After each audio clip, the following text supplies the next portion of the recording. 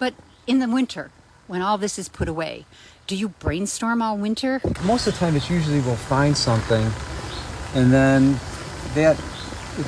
once you have an item, then you kind of just let it sit there, and then sometimes we'll talk about where to put it, because like that table, we just garbage picked that table this year.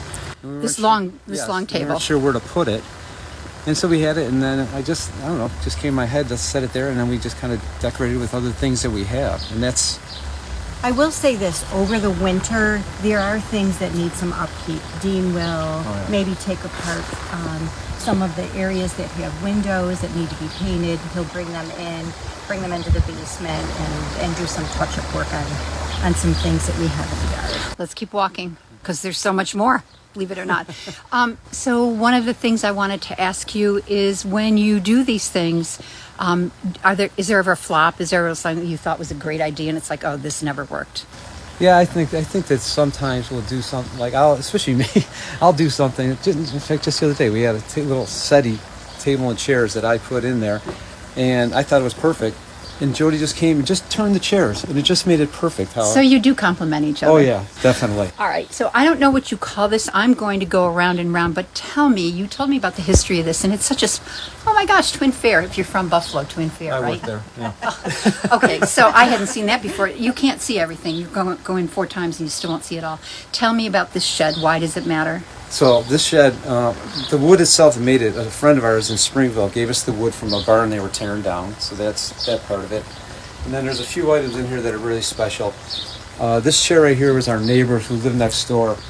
Greatest neighbor ever. He used to sit on his back porch, and I'd go over and talk to him. And he used to say, "I love just sitting here watching you work across the fence."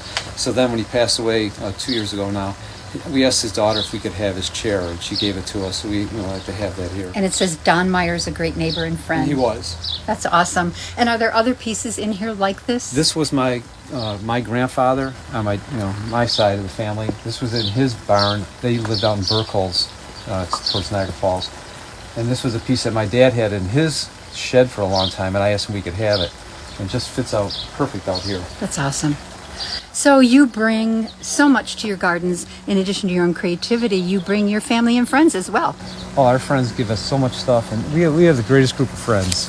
It's just amazing, the things that they give us and the support they give us. And I can't tell you, every item here has a story. That's why our garden is the never-ending story garden, because I could talk for hours about every item, where we got it. We rarely buy something from a store.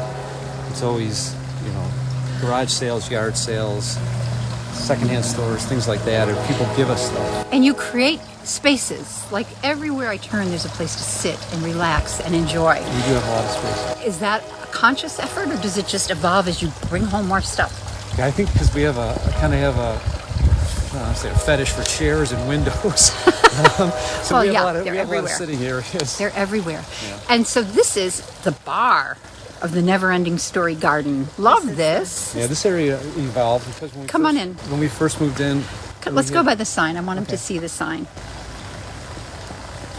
Thanks. You're great. When we were first moved in, our kids were small. Jody, come on in. Okay. And so this was a pool. We had a pool here with a couple different pools for the kids. Well, then the kids got older, no more pool. So then we turned it into just a fire pit area. And then that went away, and now we have it as a gathering area. We have a table that I made from pallets. And this is our fire pit right here, actually. It is a fire pit? Yeah. You take the top off. Yep. So clever. And again, more doors, more windows. Jody, come and tell me. I know this is your special space, and I want people to see this. I think this is so beautiful. I'm not sure the name of the vine, but it had just started over in, when you're looking at the left corner. And I said, I wonder if I could get it to frame this space. So I started tying it up and tying it over to the other pole and brought it back around. And so it makes kind of like a really cool window looking into our garden. Whether you make it out of plants or whether you curbside find it. This place is magical.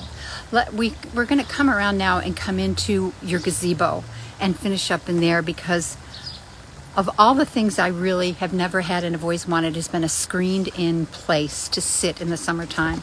And as you said, you built it for your kids when your kids were young, because all the bees right? All the bees. Everything was a bee. You got to let Vinny in. Let Vinny in. Vinny's got to come in. Come on in, Vinny.